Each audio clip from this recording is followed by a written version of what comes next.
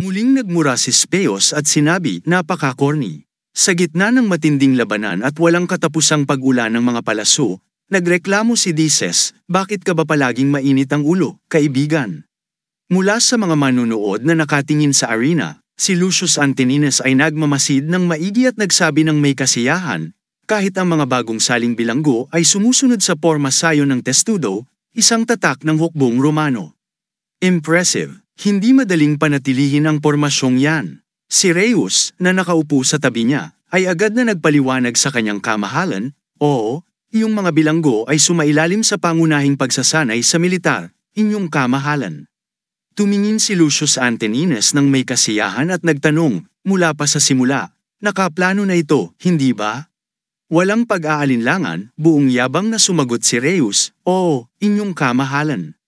Dahil sa inyong tiwala, ginawa ko ang lahat ng makakaya ko para mapasaya kayo.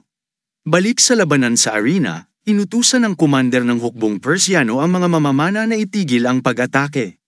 Nang matanggap ang utos, agad silang huminto sa pagpapakawala ng mga palaso. Pagkatapos ay sinabi ng commander ng may pagkamalupit, sapat na ang ulan. Oras na para anihin ang mga bunga. Matapos noon, inutusan niya ang mga chariot na maghanda para sumugod, mga chariot, sumugod na. Biglang nagtanong ang driver ng chariot sa commander, saan tayo aatake? Sa puntong yun, mistulang nawala ng kontrol ang commander, tumatawa ng malakas habang iniutos, doon. Nakikita mo ba ang batang may itim na buhok na nagpapanggap na si Haring Leonidas? Kapag nakuha natin siya, matatapos na ang laro. Punong-puno ng kumpiyansa ang commander na panalo na sila, kaya't iniutos niya sa mga driver, mga nasa 100 tao lang sila, 5 chariot lang ang kailangan. Nagulat ang driver ng chariot sa utos, 1 o 2 chariot lang ay sapat na para basagin ang depensa nila. Tumawa ng malakas ang commander, puno ng kayabangan, at inutusan ang mga chariot na umatake, sige, chariot 1 at 2, sumugod na. Nang matanggap ang utos, agad na umatake ang mga chariot sa hukbong Griego, kasabay ng sigaw ng commander, sige, durugin niyo sila para sa akin. Nang makita ang lahat ng nangyayari sa labanan, na ayon sa kanyang plano, lihim na natuwa si Narcissus at naisip, tulad ng inaasahan, direkta silang sumusugod sa atin. Nang hindi na makatiis habang palapit ng palapit ang mga chariot, nagtanong si Dices ng nagmamadali, dumating na ang mga chariot. Hindi kayang pigilan ng maiikling sibat at kalasag ang mga yan. Kahit makaligtas tayo, baka hindi na tayo makatayo. Narcissus, may plano ka ba? Nang marinig ang mga alalahanin ng lahat, agad na tumugon si Narcissus, oo, ibigay niyo sa akin ang sibat. Palaging kumpiyansa si Speos, ngunit nagulat at nataranta ng hilingin ni Narcissus ang sibat, puro tungkod ang gamit niya dati, at ngayon hinihingi niya ang sibat. May balak ba siyang pumatay? Lumabas si Narcissus mula sa pormasyong testudo at inabot ang kamay. Nagmamadaling humingi ng sibat, wala ng oras, ibigay niyo na sa akin ngayon. Agad niyang kinuha ito, at unti-unti siyang lumapit sa harapan, nakatayo ng buong tapang sa arena na hawak ang 2 malalaking sibat, handang-handa para umatake, sugod. Itinataas ni Naru ang matulis na sibat, nakatutok direkta sa mga kabayong humihila sa chariot, iniisip na mabigat ang mga ito at siguradong mahihirapan silang kumilos pakaliwa o pakanan. Nag-focus si Narcissus ng buong atensyon, maingat na minamasdan ang bawat kilos ng kalaban. Sa kanyang isip, tila lumilipad ang sibat, pinupuno ng kapangyarihan sa kanyang kamay, at nang inihagis niya ito, dumaan ito ng mabilis na halos hindi na makita. Tumama ang sibat direkta sa leeg ng kabayo na nagpaigkas dito sa sakit. Mabilis na naisip ni Narcissus, kapag bumagsak ang isang kabayo, hindi na magagamit ang chariot. Ang mga kabayong tinamaan ng sibat ay lubos ng natakot, na naging sanhi ng matinding pagyanig ng mga chariot at takot ng mga driver. Diyos ko, hindi pwede ito, sigaw ng isang driver habang nawawala ang kanyang balanse at bumagsak sa lupa kasama ng kanyang kabayo. Ang mga manunood sa arena ay labis na natuwa at nagsisigawan sa suporta sa labanan. Si Shua, na namangha sa mga pangyayari, ay hindi mapigil ang humanga, mukha lang simple, pero ang tamaan ng leeg ng gumagalaw na kabayo sa ganitong bilis ay kahanga-hanga, lalo na't mas mahirap itutok ang sibat kumpara sa palaso. Tahimik niyang inamin sa sarili, lumalakas siya ng lumalakas. Kahit na may mga natalo na, Tuloy pa rin ang mga chariot drivers, hinihikayat ang isa't isa, sulong. Nakasuot sila ng makabagong bakal na armor at may mga maskara sa mukha para sa proteksyon habang sakay ng kabayo, may hawak na espada at sigaw, durugin siya. Bilis pa. Ngunit si Narcissus ay nagpatuloy sa paghagis ng mga sibat at sinabing, huli na para sa kanila. Maingat niyang pinakawalan ang sibat, tumama ito ng eksakto sa ulo ng kabayo, at sa tindi ng lakas ng sibat, bumaon ito hanggang sa dibdib ng kabayo. Dahil sa pagkakapukpok ng sibat, nataranta ang kabayo at nawala ng kontrol, kaya pati na rin ang driver at ang chariot ay bumagsak sa lupa. Hindi tumigil si Narcissus at patuloy na naghahagis ng mga sibat sa hukbong Persiano. Matapos ito, humarap siya sa kanyang mga kasamahan, may kalmadong ekspresyon, at inutusan, ayo at tapusin na ang mga yan.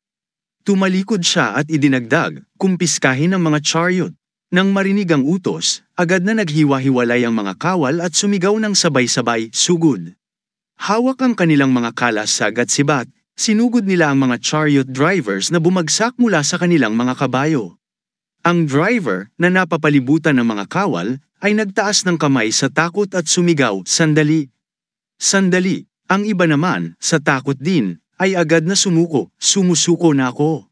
Sa puntong yun, walang paraan para makatakas ang mga chariot drivers dahil napalibutan sila ng malawak na hukbong Griego. Biglang, tumalon si Narcissus sa isang buo pang kabayo ng Persiano, hawak ang isang baston, habang pinapasunod niya ang atensyon ng mga kawal. Ibinuka niya ang kanyang baston papunta sa liwanag at langit, at inutusan, Team 1. Itinaas niya ang baston sa kanyang kamay at malakas na sumigaw, sulong. Wasakin ang mga kalaban. Lahat, sugod. Sa pagtatapos ng utos, sabay-sabay na sumugod ang lahat ng kawal patungo sa mga kalaban, kasama si Narcissus na nasa kabayo. Ang kapitan ng Team 2 ay pinaalab din ng kanilang diwa at inutusan, hindi tayo pwedeng mahuli. Team 2, sulong. Agad din silang sumugod. Ang ibang mga team ay sinigawan ng kanilang mga kasamahan, Team 3, sugod at basagin ang linya ng kalaban para sa akin. Sa likuran, inaalaw ni Dices ang kabayo, dahan-dahan lang, huwag kang matakot. Tapos, lumingon siya sa kanyang kasama na si Speos at nagsabi, itulak mo nga ako. Nagulat si Speos at nagtanong, ha? Itinuro ni Dices ang kanyang paa at sumagot, napilayan ako kaya hindi ko mayakyat ang sarili ko sa kabayo. Tulungan mo ako. Habang itinutulak siya ni Speos para sumakay sa kabayo, nagrereklamo si Speos, ang bigat mo. Puro hassle ka talaga. Habang nahihirapang sumakay sa kabayo, tumugon si Dices, hoy, hindi naman ako namamasyal lang dito. Tumigil ka sa pagrereklamo at itulak mo pa. Matapos tulungan ang kasama niyang makasakay, nagtanong ng may pag-aalala si Speos, sigurado ka ba? Matatag na hinawakan ni Dices ang renda at tiwala niyang sinabi, ayos lang ako. Pagkatapos ay lumingon siya pabalik at sinabing, magtiwala ka sa akin, kapatid. Kaagad niyang sinipa ang tagiliran ng kabayo para sumulong at sumigaw, tara na. Ang mga sundalo sa likod niya ay sabay-sabay na sumugod. Nakita ito ng kalabang commander at galit na galit siyang nagsalita, mga hanggal. Tinuturing ba itong isang emergency? Kaagad na sumagot ang sundalong katabi niya, may konting oras pa, pero parang hindi na niya kayang maghintay. Kinagat niya ang kanyang labi, nag-aapoy sa galit ang kanyang mukha, TSK. Kapag ginamit na ang sandatang yon, tiyak na malalagas sila agad. Hindi na tayo pwedeng maghintay. Nakita niyang hindi pa maaaring tawagin itong emergency, kaya inutusan niya, mga mamamana, ihanda ang mga palaso. Ihanda na rin ang 3 chariot pangdigma. Nabigla ang alalay at nagtanong, sandali, ihahanda ang parehong palaso at mga chariot. Kapag pinakawalan natin ang mga palaso habang sumusugod ang mga chariot, tatadteran ang sarili nating tropa. Narinig ito ng commander at galit na sumagot, nakasuot sila ng armor. Gayunpaman, patuloy pa ring nagmungkahi ang alalay na ang kanilang mga kabayo ay mga mahalagang kabayo, hindi basta-bastang draft horses. Nang makita niyang hindi babawiin ng kanyang commander ang utos, desperado niyang sinabi, Commander. Pagkatapos ay tinignan ng paparating na mga sundalo na parang bagyong paparating, dumarating na sila. Magdesisyon kaagad. Tinignan ng commander ang sitwasyon sa harap niya at galit na sinabi, sige, gamitin ang mga palaso. Kaagad niyang iniutos sa kanyang mga tauhan, ihagis lahat ng palaso. Agad namang tinaas ng mga sundalo ang kanilang mga busog, nakita ni Narcissus na tinututukan ng kalaban ang kanilang mga tropa, kaya kaagad niyang pinaalalahanan ang kanyang mga kasama, huwag kayong matakot o umurong.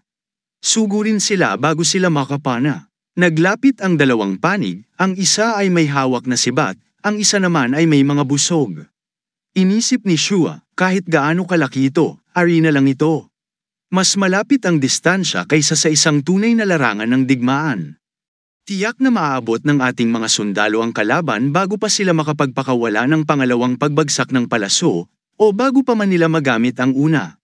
Mabilis niyang inutusan ang kanyang mga tauhan, sugod, mga bata. Kaagad na tinaas ng kalaban ang kanilang mga busog, handa na sanang magpapana. Nakita ng commander ng kalaban ang paglapit ni Narcissus at kanyang mga tauhan, kaya mabilis niyang iniutos, pana, itutok ng diretso. Pero bago pa nila magawa ito, biglang sinunggaban ni Dices ang lalamunan ng isang sundalong kalaban. Malakas niyang sinuntok ito sa mukha at sinabing, huli na, bata. Bumagsak sa lupa ang sundalong Persiano, hindi man lang nakalaban. Pinagmamasdan ni Shua ang sitwasyon at inisip na ang kanilang mga kabayo ay makakarating ng tama sa gitna ng hanay ng kalaban. Doon naman, si Narcissus ay patuloy na lumalaban, kontrolado ang kabayo at ang sandata habang walang awang hinahampas ang mga kalaban. Maririnig ang kanilang malulupit na sigaw. Si Dices naman, maingat na kinokontrol ang kanyang kabayo habang patuloy na pinapatay ang mga kaaway na nagdudulot ng takot sa kanilang mga sigaw. Nakita ng commander ang nangyayari at takot na sinabi, dalawa sa kanila ang nakapasok na sa ating mga hanay. Hindi niya inasahan na may biglang tatabi sa kanya mula sa likod, may hawak na kutsilyo sa kanyang lalamunan at sinabing, sino ang nagsabing dalawa lang kami? Kaagad siyang tinaga ng sundalong ito, at agad na bumagsak ang commander. Sa puntong ito, magulo na ang parehong panig, lahat ay pilit na lumalaban upang magtagumpay sa labanan. Patuloy na isinusulong ng mga gladiator ang kanilang mga sibat, walang humpay na tumatama sa mga sundalong Persiano. Ang isa ay ginamit ang kanyang sibat upang tusukin ang lalamunan ng kalaban, agad itong pinatay. Sa kasalukuyang sitwasyon, malinaw na nakakalamang ang panig ni Narcissus, habang ang mga kalaban na umaasa sa mga busog at palaso ay hindi makapanlamang sa malapitang laban. Nakita ito ni Shua, itinaas ang kanyang sandata at sumigaw, magaling. Ang pangunahing puwersa ay aatake mula sa kaliwa at kanan. Tatamaan natin ang gilid ng kalaban. Ang mga tauhan na nakarinig ay itinaas ang kanilang mga sandata at sinunod ang utos, naghiwalay sa dalawang pangkat upang palibutan at wasakin ang kalaban. Natakot ang commander ng kalaban, puno ng takot ang kanyang mukha at sumigaw, lahat ng tropa, sumugod. Patayin silang lahat, lalong lumala ang kaguluhan at naging mas mabagsik ang labanan. Ang mga sundalo sa panig ni Narcissus ay may malaking kalamangan at patuloy na pumapatay ng kalaban. Maraming sundalong Persiano ang napatay. Nang makita ito ng commander, nagsimulang mag-alala at inisip, peste, magiging napakadelikado ng lugar na ito. Inutusan niya ang isang sundalo na patakbuhin ang chariot. Commander ng chariot, ano ang ginagawa mo?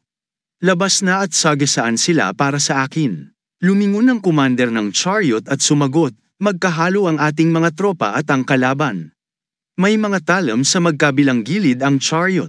Ngunit natatakot ang commander at hindi alintana ang buhay ng iba, at iginiit, manunood lang ba tayo dito at hihintayin ang kamatayan? Huwag mag-alala sa iba, labas at patayin silang lahat para sa akin. Ang driver ng chariot, bilang isang mababang ranggo, ay hindi makatutol, kaya't pilit na sinabing, linawin ko lang, ito ang utos mo. Kaagad siyang umakyat sa chariot at pinatakbo ito. Napakalakas ng tunog ng chariot. Nang marinig ito ng mga sundalo, dali-dali silang lumingon at nakita ang chariot na may malalaking talam, na ikinagulat nila at hindi makapaniwala na gagawin ito ng sarili nilang mga kasamahan. Ang dalawang kabayo ng unang chariot ay sumugod sa karamihan, pumapatay ng marami sa kanilang paligid. Lahat ng ito ay mga sundalong Persiano, handang patayin ng sariling kasamahan para mas mabilis makasugod sa kalaban. Nakita ito ng ibang mga sundalo at galit na sumigaw, peste. Ano bang nangyayari dito? Sa sandaling yun, ang commander, na nawala ng maraming tauhan dahil sa mga chariot, ay natakot at nagsabing, "Anong nangyayari? Malinaw na tayo ang may kalamangan." Dalawang commander ng chariot ang inutusan ng kanilang mga tauhan, "Umalis kayo sa daraanan, mga Hangal. Kung ayaw niyong masagasaan, umalis na." Pagkatapos ay sumugod sila patungo sa kalaban kahit hindi pa nakakaiwas ang ibang mga kasamahan nila. Nang makita ito ni Odysseus, dali siyang nagsabi kay Narcissus, "Narcissus, pinalabas na nila ang mga chariot nila." Ngunit nanatiling kalmado si Narcissus, sinakyan ng kanyang kabayo at sumagot, "Huwag mag-alala, ako ang bahala." Yumuko siya upang pulutin ang isang kutsilyo bago muling sumakay sa kabayo at itinuro ang kabayo niya papunta sa chariot, hawak ang napakatalas na kutsilyo. Nakita ito ng commander ng chariot at dali-daling inutusan ng kanyang mga tauhan, "Ito na ang pagkakataon natin." Siya ang hari, si Leonidas. Salpok sa kanya. Habang lumalapit ang distansya sa pagitan nila, mas lalo pang naging determinado ang mukha ni Narcissus. Nang magkalapit na ang dalawang kabayo, mabilis niyang itinaas ang kutsilyo at itinusok ng matindi sa kabayo ng kalaban, sabay hila sa renda ng kanyang kabayo upang maiwasan ang mga gulong ng chariot. Nang makita ito ng commander ng chariot, sumigaw siya sa takot. Ang sugatang kabayo ay hindi na sumusunod sa mga utos at tumakbo ng ligaw, dahilan upang tumamba ang unang chariot. Isa pang lalaki ang nagmaneho ng kanyang chariot patungo kay Narcissus at sumigaw, "Sagasaan siya." Tinitigan siya ni Narcissus ng may matinding tingin, pagkatapos ay hinayla niya ang renda at itinabi ang kanyang kabayo habang tinusok ang leeg ng kabayo ng kalaban, dahilan upang masira ang isa pang chariot. Isa-isa, ang mga chariot ng kalaban ay nasira at ang kanilang mahalagang mga kabayo ay sunod-sunod na napatay. Ang kanilang pinakamalakas na sandata ay madaling winasak ni Narcissus. Matapos sirain ang tatlong chariot, kalmadong ginabayan ni Narcissus ang kanyang kabayo, iniisip, kahit may dalawang mamahaling kabayo, mabagal ang mga ito at mahirap ang maniobra. Ang sandatang ito ay para lang sa mga pangkaraniwang tao. Hindi makapaniwala ang commander ng kalaban nang makita niyang sinira ni Narcissus ang lahat ng kanyang mga chariot. Nanlaki ang kanyang mga mata sa takot at sa isip niya, iniisip niyang, matagal pa bago ma-activate ang emergency protocol. Ang mga chariot lang ang maaasahan ko. Tapos na kami. Habang siya ay nawawala sa sariling pag-iisip, itinutok ni Shua ang kanyang sibat sa kanya at tinanong, "Saan ka nakatingin?" Bago pa man siya makasagot, mabilis na sinaksak siya ni Shua, kaya't napasigaw siya sa sakit. Patay na ang commander ng kalaban, at ang mga natitirang sundalo ay napahinto, puno ng takot at kalituhan. Agad na ipinakalat ang mensahe, "Kung ayaw niyong mamatay, sumuko na kayo." Ang commander ay nakahandusay na sa lupa, dumurugo ang sugat at namamatay. Nakita ito ng tagapagbitbit ng watawat at nanginginig sa takot. Agad siyang lumuhad, iniabot ang watawat, at sinabing, "Sumusuko na ako." Ngumiti si Spiro sa kasiyahan habang sila ay sumuko. Si Odysseus ay natuwa rin na ang kanilang grupo ay nagwagi. Humakbang si Shua pasulong, kinuha ang watawat ng kalaban, at itinaas ito ng may pagmamalaki. Nagpalakpakan at nagdiwang ang iba pang mga sundalo sa kanilang tagumpay sa hindi patas na laban na iyon. Ang mga manunood sa paligid ay masaya rin, pumapalakpak at masiglang nag-uusap upang ipagdiwang ang kanilang tagumpay. Si Narcissus ay masayang-masaya nang makita ang kanyang pangkat na nagwagi. Tumingin siya sa kanyang mga kasamahan ng may pagmamalaki at kasiyahan, pagkatapos ay sumakay siya pasulong upang makisali sa kanilang pagdiriwang. Si Abydos, na nakakita sa tagumpay ng kanyang mga tauhan, ay itinataas ang kamao sa hangin at masayang inisip, "Nanalo tayo. Mas kaunti ang mga nasawi kaysa inaasahan ko."